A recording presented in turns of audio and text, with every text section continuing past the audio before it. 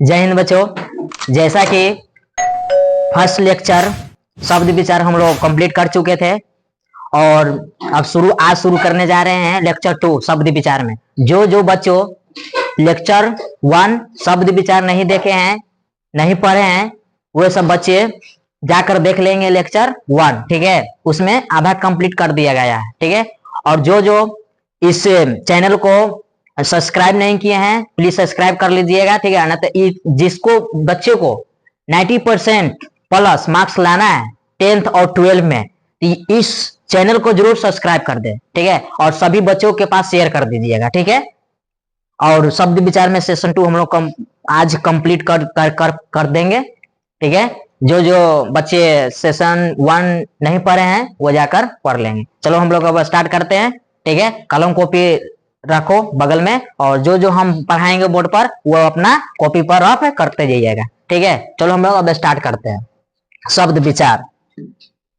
शब्द विचार में हम लोग पढ़े थे शब्द के प्रकार। ठीक है, तो शब्द के प्रकार अलग अलग प्रकार में बांटा गया है, आधार पर बांटा गया है। तो पहला बांटा गया था अर्थ के आधार पर। अर्थ के आधार पर पहला बांटा गया था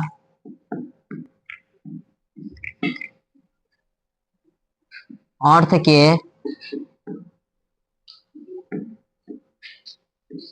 आधार पर। ठीक है, पहला बांटा गया था अर्थ के आधार पर। तो अर्थ के आधार पर शब्द को 2 भागों में बांटा गया है। पहला है सार्थक शब्द। पहला कौन सी है? सार्थक शब्द। अब सार्थक शब्द क्या होता है समझो।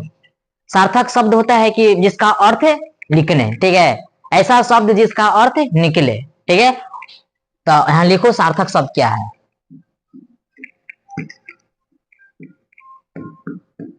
वे शब्द जो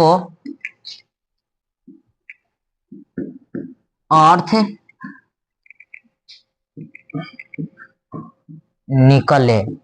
निकलता हो, वे शब्द यहां पर लिखना जिसका अर्थ निकलता हो।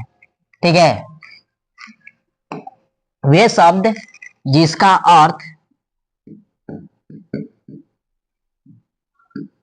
अर्थ निकलता हो उसे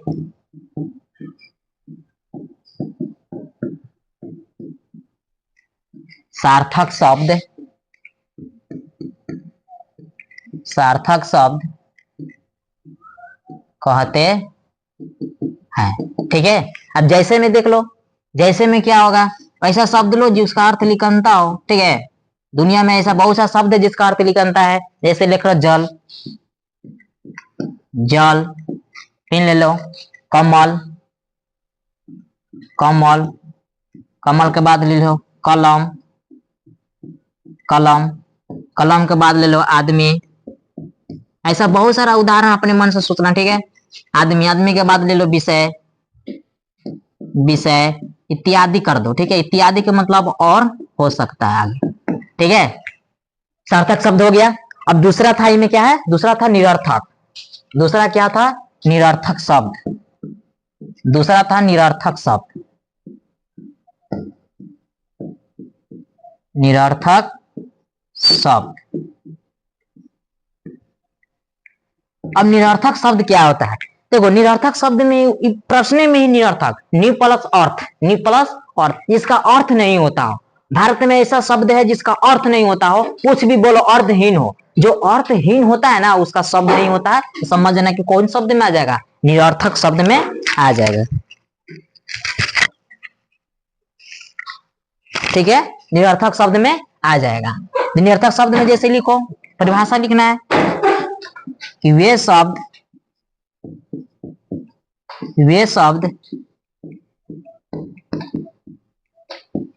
जिसका अर्थ ना निकलता हो, जिसका अर्थ ना निकलता हो उसे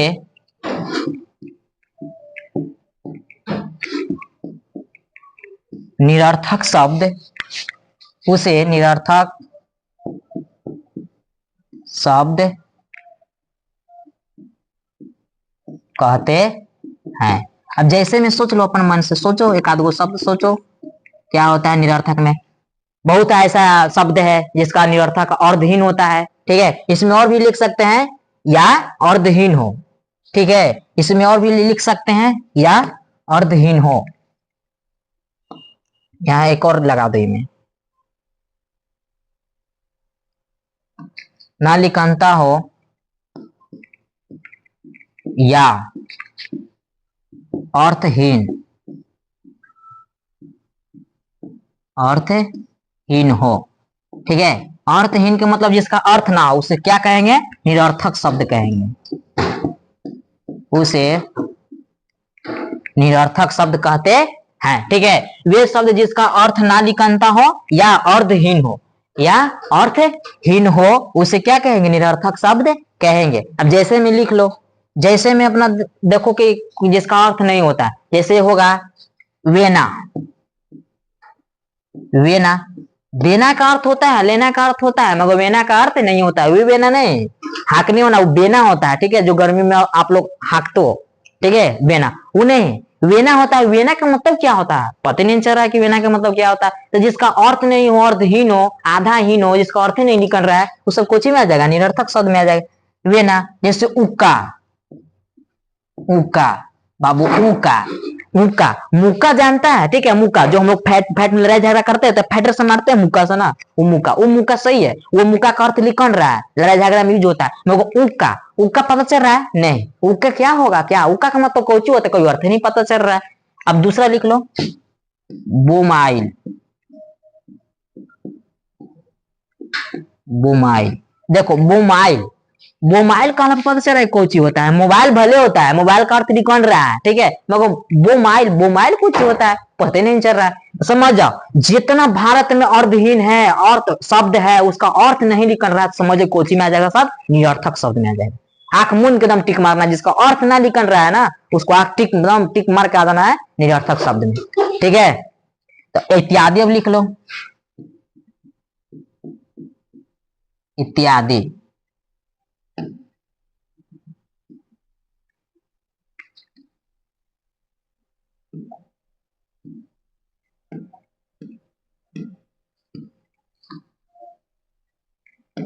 इत्यादि लिख लो, इत्यादि, ठीक है। ये दो कंप्लीट हो गया, सार्थक और निरर्थक, ठीक है। अब कोई दिक्कत नहीं है, सार्थक क्या होता है, निरर्थक क्या होता है। अब अगला चलते हैं, आगे चलते, अर्थ के आधार पर तो हो गया, तो अगला था बनावट या रचना के आधार पर, वो भी देखते हैं, आगे चलो देखते हैं। दूसरा था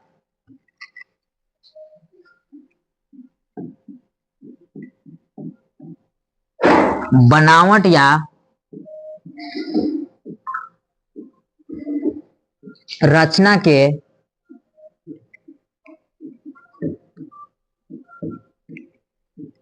आधार पर, ठीक है। बनावट या रचना के आधार पर, बनावट या रचना के आधार पर शब्द को कितने भागों में बांटा गया है? जो लेक्चर 1 में बताया गया था, ठीक है। बनावट या रचना के आधार पर शब्द को 3 भागों में बांटा गया है। जो पहला है, कितने भागों में बांटा गया है बाबू? 3 भागों में बांटा गया है। जो पहला है रूढ़, रूढ़ शब्द, पहला कोची है रूढ़ शब्द।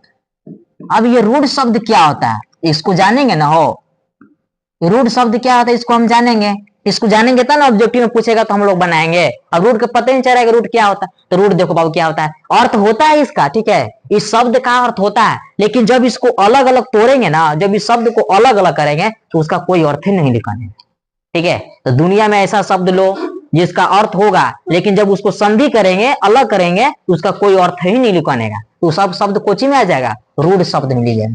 तो लिख लो,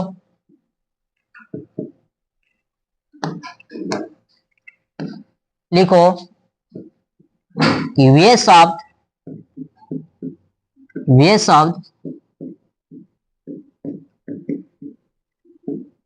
जिसका अर्थ होता है, अर्थ होता है अर्थ होता है, लेकिन लेकिन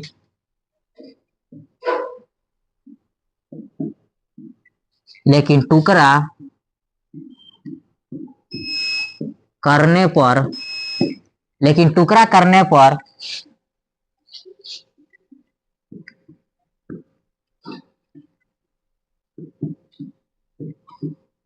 कोई अर्थ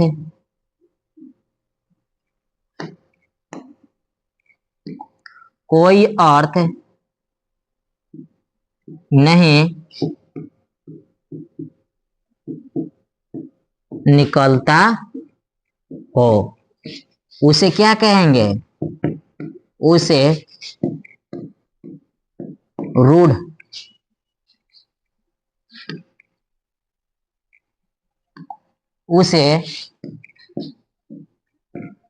शब्द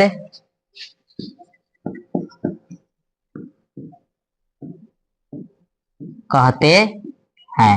अब जैसे में ले लो, जैसे में ऐसा शब्द लो जिसका अर्थ होता है, लेकिन जब उसको अलग करेंगे तो उसको कोई अर्थ नहीं लिखने का। ठीक है, ऐसा शब्द लो जिसका कोई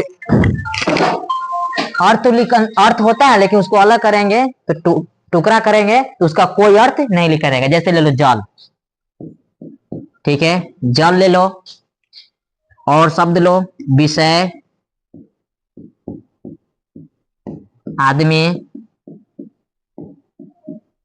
आदमी इत्यादि। ठीक है, इसका सबका अलग जब करेंगे ना, जैसे ज का अलग करो, जल को अलग करो कि ज प्लस ल, देखो तो अर्थ निकल रहा है ज का मतलब? नहीं। ल का मतलब अर्थ निकल रहा है? नहीं। ठीक है, जब विषय के अलग करना, बी प्लस प्लस या अर्थ कोई नहीं लिखने का। शब्द को जब तोड़ेंगे तो अर्थ नहीं लिखने का, तो शब्द कोची में आ जाएगा? रूढ़ शब्द में आ जाएगा।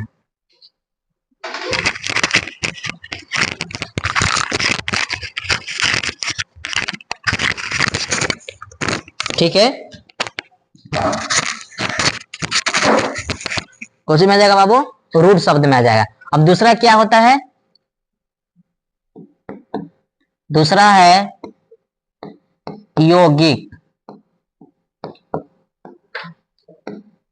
शब्द।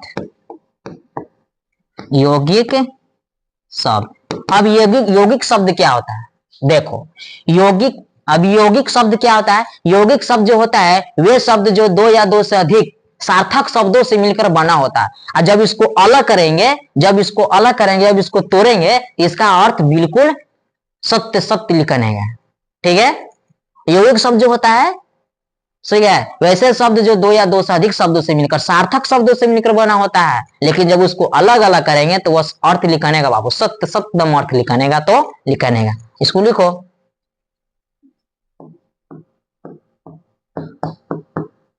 वे शब्द जिसका रुको वे शब्द जो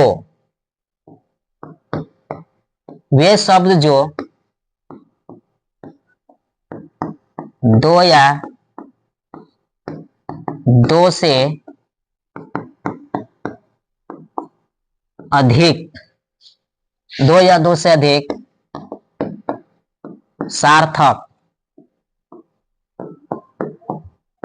सार्थक शब्दों से मिलकर बना हो। ठीक है, उसे क्या कहेंगे? यौगिक शब्द कहते हैं। ठीक है, और इसमें मिला देना कि इसको तोड़ेंगे तो अलग अलग करेंगे तो इसका अर्थ लिखने का। ठीक है, अब जैसे में लिख लो, यहाँ पर जैसे में, यहाँ पर ना लिखो, यहाँ पर संधि करने पड़ेगा हो, यहाँ पर लिख लो। ठीक है, ऐजा लिख लो जैसे में। जैसे में लिख लो, जैसे में अपना मन से सोचोगे विद्यार्थी, ठीक है, विद्यार्थी।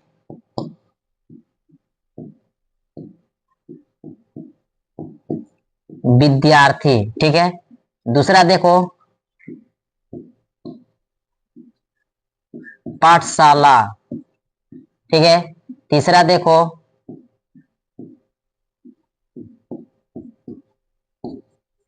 हिमालय। अब इसका संधि करो, पता चल जाएगा। संधि करला पर अगर अर्थ ना लिखा है तो समझो कि यह यौगिक शब्द नहीं है, अगर अर्थ लिखा रहा है तो समझो कि यौगिक शब्द में है, बिल्कुल यौगिक शब्द है। इसका अर्थ देखो विद्यार्थी, तो विद्या प्लस अर्थी, विद्या प्लस अर्थी, नहीं लिखन रहा है अर्थ, लिखन रहा है ना। अब पाठशाला, पाठ प्लस शाला, इसका भी केवल अर्थ लिखन रहा है। हिमालय, हिम प्लस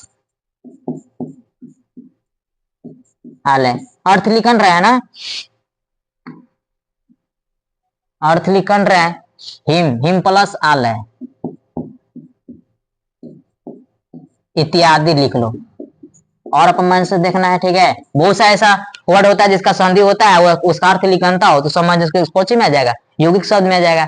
जैसे वो घुड़सवार हो जाएगा, ठीक है, और हो जाएगा विद्यालय, हो विद्यालय हो जाएगा, विद्या प्लस आलय हो जाएगा। बहुत सा ऐसा है, ठीक है। तो रूढ़ है, यौगिक है, और तीसरा कोची था योग रूढ़ शब्द, ठीक है। दो हो गया, अब तीसरा लिखेंगे, चलो इसको मिटाते हैं, ठीक है। अब तीसरा, तीसरा था योग रूढ़,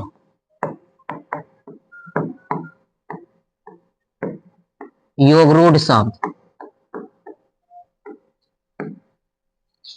योग रूढ़ शब्द क्या होता है बाबू, देखो योग रूढ़ शब्द क्या होता है, ये जो होता है ना, दो या दो से अधिक शब्दों से मिलकर बना होता है। योगी क्या था कि सार्थक शब्दों से मिलकर बना था, ये शब्द केवल शब्द से मिलकर बना होता है, ठीक है। ये जो होता है दो या दो से अधिक शब्दों से मिलकर बना होता है, लेकिन जब ये शब्द बनेगा दो शब्द से मिलकर, जब ये शब्द बनने के बाद ही बाबू एक ही नियम होता है कि विशेष अर्थ को प्रकट करता है, विशेष अर्थ को प्रकट करता है। जैसे में बहुब्रीहि समास, बहुब्रीहि समास में अनेक शब्द होता है, एक शब्द के बदले अनेक शब्द आता है, चाहे अनेक शब्द के बदले एक शब्द बहुब्रीहि समास में। जैसे 10 मुख वाला दशानंद रावण, आधार्थ रावण होता है, ठीक है। कीचड़ में उत्पन्न होने वाला आधार्थ कमल होता है ना। तो वैसी है बहुब्रीहि समास, सब में कोची में आ जाएगा, ये योग रूढ़ शब्द में आ जाएगा। तो वो लिखो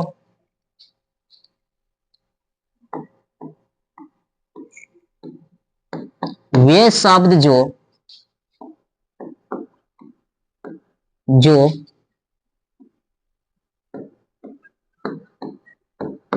दो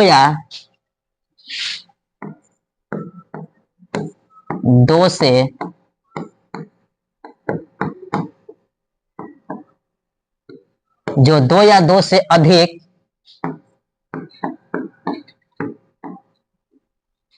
शब्दों से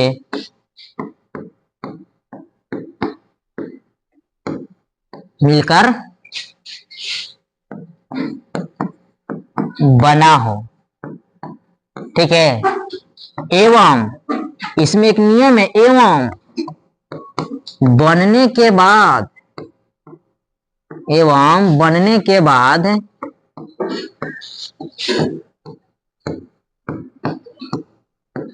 विशेष अर्थ प्रकट करता है, विशेष अर्थ प्रकट करता है। अब जैसे में देख लो संधि, जैसे में समास में आ जाएगा बहुब्रीहि समास। जैसे बहुब्रीहि समास देख लो, बहुब्रीहि समास में समझ जाएगा। पहला जैसे में लिख लो, पहला जैसे में लिखो 10 मुख, 10 मुख वाला क्या होता है बाबू, मन में सोचो। 10 मुख वाला आधार्थ क्या होता है, आधार्थ क्या होता है, रावण। 10 मुख वाला आधार्थ क्या होता है, रावण, रावण, ठीक है, आधार्थ रावण। दूसरा देखो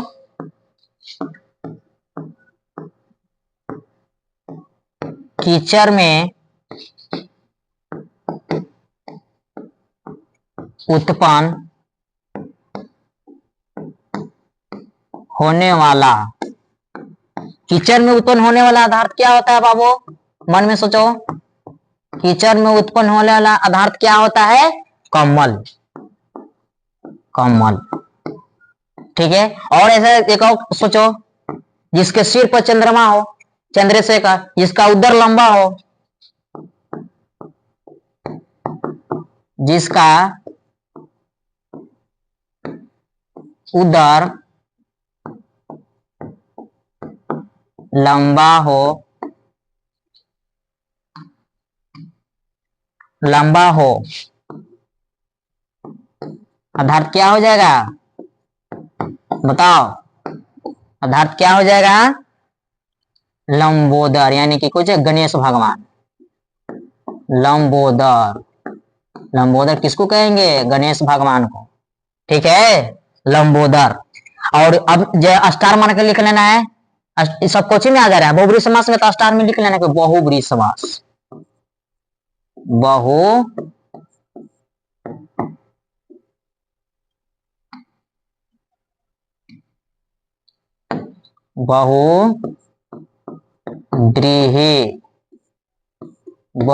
समास सब आ जाएगा। ठीक है, एकदम स्टार मार्क लिखना। बहुब्रीहि समास जितना है सब आ जाएगा, कोचिंग में आ जाएगा, योग रूट शब्द में आ जाएगा। ठीक है, बहुब्रीहि समास सब आ जाएगा योग रूट में। ये हो गया बनावटी रचना के आधार पर कंप्लीट। ठीक है, अब इसको मिटाते हैं। ठीक है समझ में? कोई दिक्कत नहीं है। ऑब्जेक्टिव एक से ज्यादा नहीं पूछेगा, बहुब्रीहि समास में जितना पूछेगा सब कोचिंग में आ जाएगा, योग रूट शब्द में आ जाएगा। चलो इसको हम कट करते हैं, इसको हम मिटाते हैं। ठीक है, साथ में कलम को भी लेके रखा है ना, सब उतर ले जाना। ठीक है, तो इसको कट करते हैं। अब हम क्या पढ़ते हैं? तीसरा, कोची के आधार पर था बाबू? कोची के आधार पर था? बताओ, कोची के आधार पर था? प्रयोग के आधार पर, प्रयोग के आधार पर, प्रयोग के आधार पर। प्रयोग के आधार पर कितने होते हैं बताओ? प्रयोग के आधार पर कितने होते हैं? दो होते हैं। प्रयोग के आधार पर कितने होते हैं? दो होते हैं। पहला विकारी शब्द, पहला क्या होता है?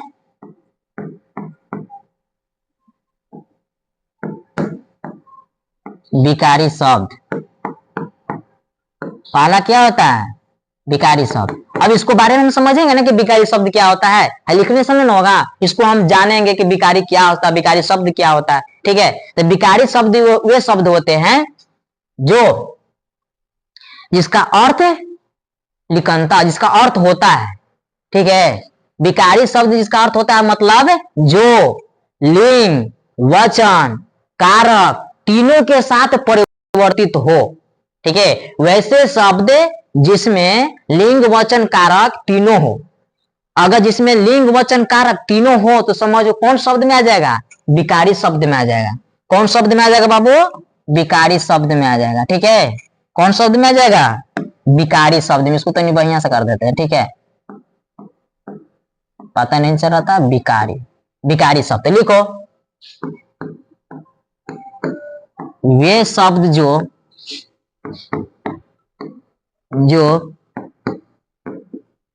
लिंग,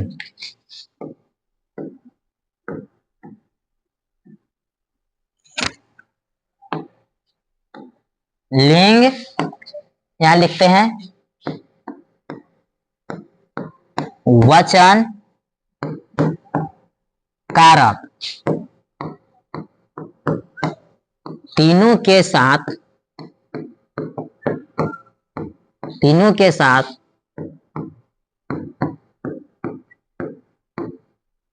परिवर्तित हो, तीनों के साथ परिवर्तित हो, उसे क्या कहेंगे?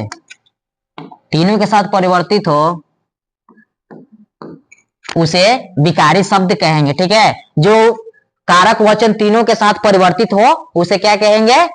विकारी शब्द कहेंगे। जैसे में लिख लो, जैसे में देखो, जैसे राम ने रावण को मारा। ठीक है, राम ने रावण को मारा, पहला है दूसरा है राम ने रोटी खाता है। राम ने रोटी खाता है, ऐसा सब बहुत शब्द ले लो। देखो तो अच्छा पता चल रहा है कि यार सर का आप लिख दिए, हमको समझ में नहीं आ रहा है कि कौन में कारक है कौन लिंग है, कैसे हमको समझ में आएगा। तो देखो राम कोची है, राम क्या है बताओ, राम पुरुष है ना, तो लिंग कितने प्रकार का, 2 प्रकार का, स्त्रीलिंग और पुल्लिंग। तो राम क्या है, पुल्लिंग है, ठीक है। ने कर्ता ने कर्म को करण से, तो ने कोची हो गया, कारक हो गया। ने कोची हो गया बाबू, कारक हो गया। ने कोची हो गया, कारक। रावण को मारा था, रावण 10 गो के मरल, रावण 10 गो के मरल, कि कोई यही के रावण के मरल ना, रावण यही गो के मरल। तो रावण क्या होगा, एक वचन हो गया। क्या हो गया, एक वचन हो गया। कोई यही ने रावण मारा हो कि 10 गो रावण मर गया, है ना, तो एक वचन हो गया रावण। अब यहाँ दूसरा देखो राम, अब मन में सोचो राम क्या हो जाएगा, तो सर राम हो जाएगा लिंग। तो कौन लिंग, तो पुल्लिंग। ने क्या हो जाएगा, तो सर ने हो जाएगा कारक। अब रोटी खाता है, तो क्यों रोटी खाता है, 10 गो रोटी यही गो ना खाता है, ठीक है। यहाँ खाता है एक वचन का बोध करा रहा है, तो क्या हो जाएगा, वचन हो जाएगा, एक वचन हो जाएगा, ठीक है।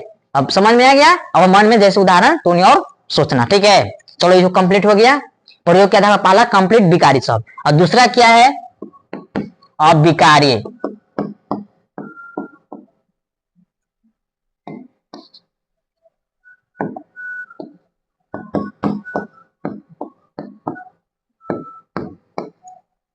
अविकारी शब्द। अब देखो बाबू, अविकारी शब्द क्या होता है, ठीक है। अविकारी, अ प्लस विकारी, अ प्लस विकारी। सर जिसमें लिंग वचन कारक तीनों ना हो, ठीक है सर, इसमें लिंग वचन कारक तीनों ना हो, उसमें शब्द क्या, कौन सब शब्द में आ जाएगा, अविकारी शब्द में आ जाएगा। कुछ कहे जिसमें लिंग वचन कारक तीनों ना हो, ठीक है। तीनों ना रहने का मतलब अपरिवर्तित रहे, ठीक है। अगर तीनों रहेगा, ठीक है, तीनों रहेगा और रहने के साथ साथ अपरिवर्तित रहेगा, उसमें कोई चेंज नहीं होगा, वो सब कौन शब्द में आ जाएगा, अविकारी शब्द में। लिख लो, वे शब्द जो लिंग वचन कारक तीनों ना हो एवं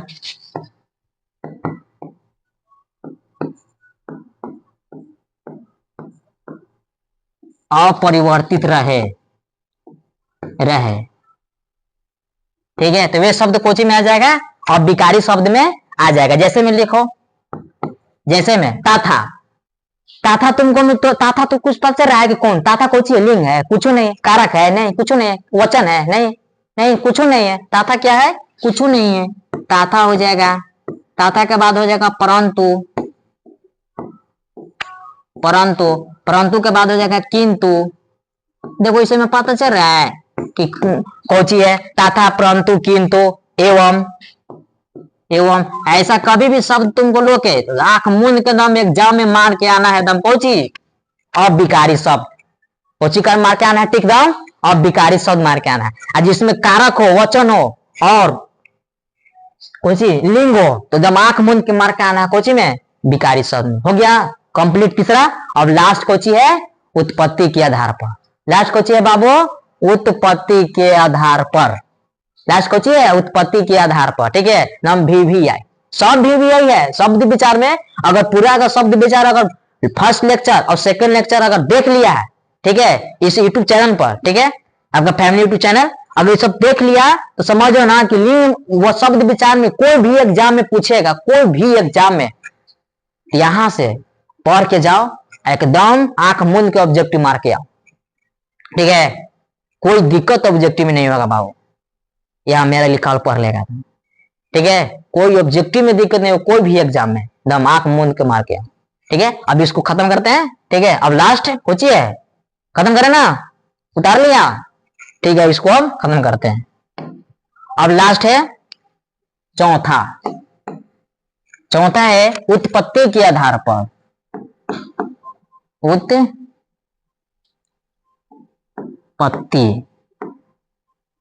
उत्पत्ति के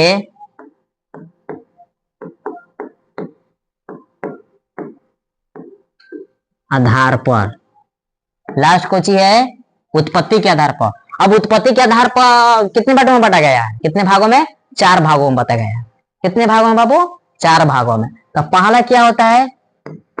पहला होता है तत्सम।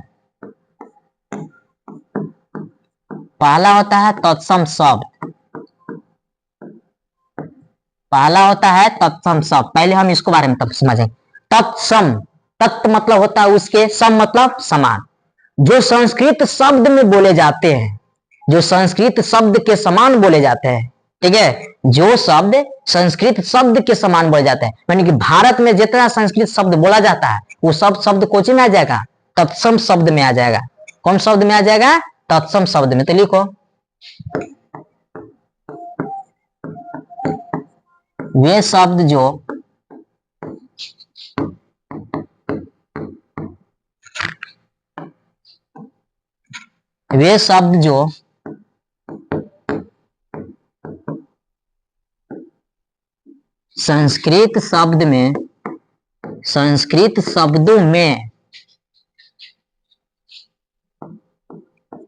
संस्कृत शब्दों में बोला जाता है, वे शब्द कोची में आ जाएगा? सब आ जाएगा तत्सम शब्द में। अब जैसे में लिखो, जैसे में बोलो जो संस्कृत शब्द में बोला जाता है, जैसे अग्नि। अग्नि है ना संस्कृत शब्द की हिंदी शब्द है हो ना, अग्नि हिंदी शब्द आग हो जाएगा, अग्नि है। अग्नि के बाद पृथ्वी, पृथ्वी के बाद और तुम दिमाग में सोचो जो संस्कृत शब्द बोला जाता है कार्य। कार्य क्या है? संस्कृत शब्द है। कार्य क्या है हो? संस्कृत शब्द। कार्य के बाद फिर पुष्प। पुष्प क्या है? संस्कृत शब्द है। पुष्प, पुष्प के बाद पुस्तक, सब क्या है? संस्कृत शब्द है। और लिख लो इत्यादि। और अपन मन में सोचना है, ठीक है। देखो एग्जाम में पूछेगा कि जितना भी संस्कृत शब्द आएगा तो सब कुछ में आ जाएगा तत्सम शब्द में। और दूसरा है तत्भाव। तत्भाव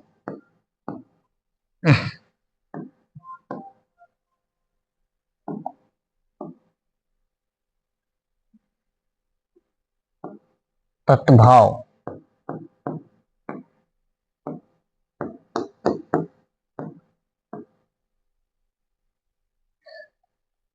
तत्भव शब्द ये क्या होता है?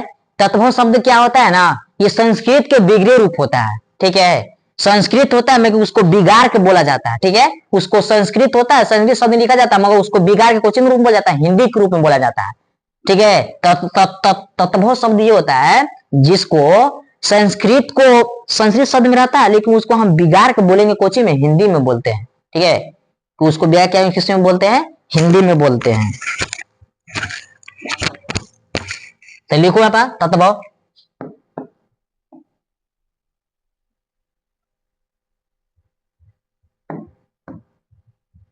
लिखना है यहाँ पर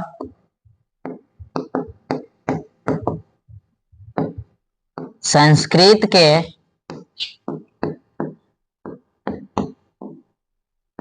विग्रह रूप को, संस्कृत के विग्रह रूप को तत्भव शब्द कहते हैं, ठीक है। संस्कृत के विग्रह करेंगे, ठीक है। संस्कृत विग्रह करने के बाद उसको क्या करेंगे? फिर हिंदी में कर देते हैं। जैसे में लिख लो, जैसे में देख लो, संस्कृत के विग्रह रूप करो अग्नि, साथ में रहेगा, अलग अलग नहीं रहेगा, अग्नि या बीच में डैश रहेगा। अग्नि की कुछ हो जाता है आग। देखो तो इसको बिगाड़ के, संस्कृत के बिगाड़ के आग बोला जा रहा है ना, संस्कृत शब्द के बिगाड़ के कुछ बोला जा रहा है, हिंदी में आग बोला जा रहा है। साथे में रहेगा तब कुछ शब्द में आएगा, ये अकेले नहीं रहेगा, अग्नि केवल अकेले नहीं आएगा, अग्नि केवल रहेगा तो कुछ में आ जाएगा, वो आ जाएगा तत्सम शब्द में, एक के साथ में रहेगा पहला। दूसरा रहेगा कार्य, कार्य के साथ रहेगा काम, ठीक है। तीसरा रहेगा पुष्प, पुष्प पुष्प फूल, फूल होता है फूल। चौथा है पुष्प पुष्प पुस्तक, पुस्तक। पुस्तक हिंदी में क्या बोलता है? किताब, किताब। इत्यादि कर देना है और पर मन में सोचना है, ठीक है, इत्यादि, ठीक है। तत्भव शब्द। अब तीसरा क्या है? देशज।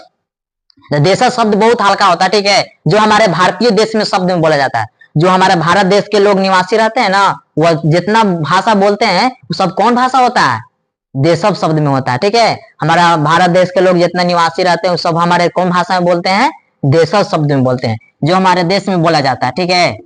देशज, देशज शब्द, देशज शब्द है जो हमारे देश में बोला जाता है। जिस शब्द की उत्पत्ति हमारे देश में हुआ है, ठीक है। जिस शब्द की उत्पत्ति लिखेंगे यहां पर,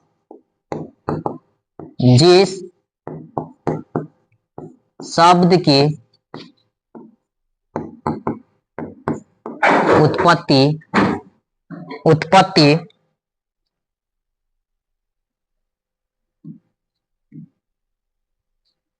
जिस शब्द की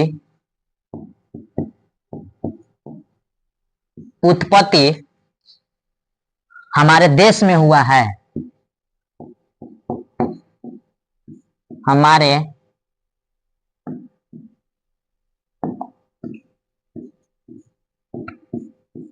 देश में हुआ हो, ये सब कुछ ही में आ जाएगा। जैसे में लिख लो, देखो, जिस शब्द की उत्पत्ति हमारे देश में हुआ हो, चाहे जिस शब्द के जन्म हमारे देश में हुआ हो, सब कौन शब्द में आ जाएगा? देशज में। तो बोलो, जैसे हम लोग बोलते हैं ना पगड़ी, पगड़ी बोलते हैं, जो हम लोग मुरेठा बांधते हैं पगड़ी, तो यहां हो जाएगा जैसे में पगड़ी, ठीक है। पगड़ी। लोटा, लोटा बोलते हैं, लोटा। बोलो जल्दी बच्चों, सोचो। लोटा, लोटा के बाद और शब्द बोलो, क्या हो जाएगा? लोटा के बाद बोलो लट्टू बोलते हैं, लट्टू जो हम लोग खेलते हैं बचपन में, लट्टू। लट्टू के बाद लड्डू, लड्डू इत्यादि, ठीक है, इत्यादि। तीन हो गया। अब लास्ट देख लो, यहां पर मिटाएंगे इसको, ठीक है। हो गया तत्सम शब्द, तत्भव और देशज शब्द। अब लास्ट कोची है? चौथा विदेशज। लास्ट कोची है? विदेशज शब्द। इसको मिटाते हैं, साथ में कलम कॉपी लेकर रखा है ना, क्लियर करना है, ठीक है। इसको ध्यान से कॉपी में सब उतार लेना है। अब लास्ट इसको हम मिटाते हैं। अब लास्ट है चौथा विदेशज, विदेशज।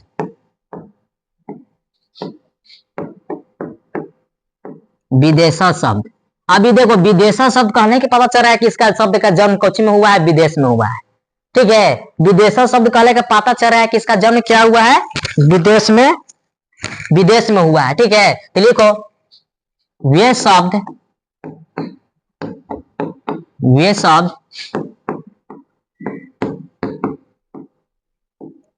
जिसका उत्पत्ति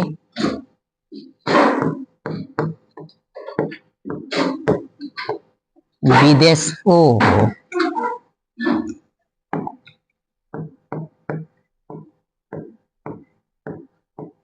विदेश में हुआ हो, ठीक है। वैसे शब्द जिसका उत्पत्ति विदेश में हुआ हो, ऐसे विदेशी शब्द देते, जब जाएगा विदेश में तो बोलेगा, जैसे पुर्तगाली, पुर्तगाली लोग लगता है ना, सब विदेशी रहता है, ठीक है। जैसे तुर्की, ठीक है, तुर्की हो गया, अरबी हो गया, उर्दू, ठीक है। इस सब कोची में आ जाएगा? विदेशी शब्द में आ जाएगा। कोची शब्द में आ जाएगा? विदेशी शब्द में आ जाएगा। तो जैसे में लिख लो, जैसे में लिखो, पहला तुर्की, दूसरा लिखो पुर्तगाली। तीसरा लिखो अरबी, अरबी। चौथा लिखो फारसी।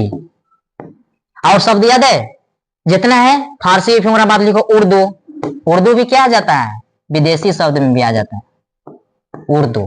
ठीक है, 5 गो है। इत्यादि लिख लेना है, इत्यादि। ठीक है बाबू, देखो हो गया विदेशी शब्द। ठीक है, वे शब्द जिसका उत्पत्ति विदेश में हुआ है, चाहे वे शब्द जिसका जन्म विदेश में हुआ है। ठीक है, विदेश के लोग विदेशी शब्द में बोलेगा, भारत जैसा शब्द बोलेगा नहीं, विदेश के लोग विदेशी शब्द में बोलेगा। थैंक यू है। चलो आज का सेशन ये सेकेंड लेक्चर कंप्लीट हुआ है। Thank you student.